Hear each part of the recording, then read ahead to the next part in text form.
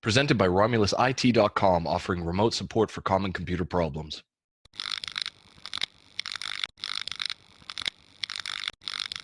It's probably a much larger question then, but when dealing with that, how do Southerners reconcile their past with the desire to be proud of their history when, the country is now talking about banning the Confederate flag and even further steps in the removal of statues and those sorts of things?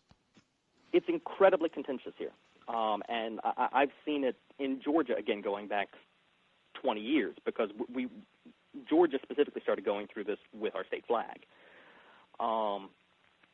And so it becomes a fight for various people because they want to identify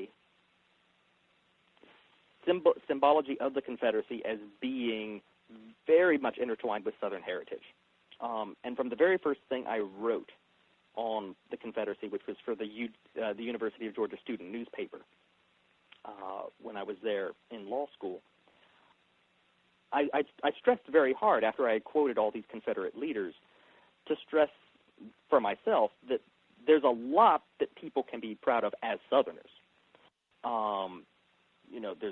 There's literature, there's art, there's cuisine, there's all other aspects of our history. But for whatever reason, the Confederacy, those 4 years in the 1860s, that suddenly got memorialized at various points throughout our history, through statues, through flags, through other imagery. People want to hold on to those, and then when we recognize this is what the Confederacy is about, even when you lay out this is what the Confederacy was about, they want to treat removing those symbols, removing those images, as some kind of attack on their heritage. And again, it's something I felt somewhat growing up. It's something I had to educate myself out of. The big difference I see now is that a lot of the information I had to search out when I was in college is readily available now. It is regularly quoted in articles and op-eds and other presentations about the Confederacy. And what are your thoughts on these general attempts to whitewash history? It's quite astounding to me now that regardless of history and whether it's good or bad, the way modern society now seems to go, we don't agree with it, therefore we'll just try to erase it and pretend that it never happened in the first place. And that's the sort of thing I hear. I hear the whitewashing charge raised, for instance, with Confederate statues. We've heard that a lot lately. And I think referring to it as whitewashing is sort of miscapturing what's going on. Because I don't think anyone's trying to whitewash history of the Confederacy.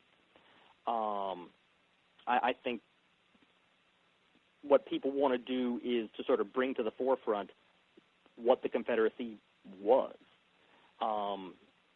in its own opinion of itself at the time.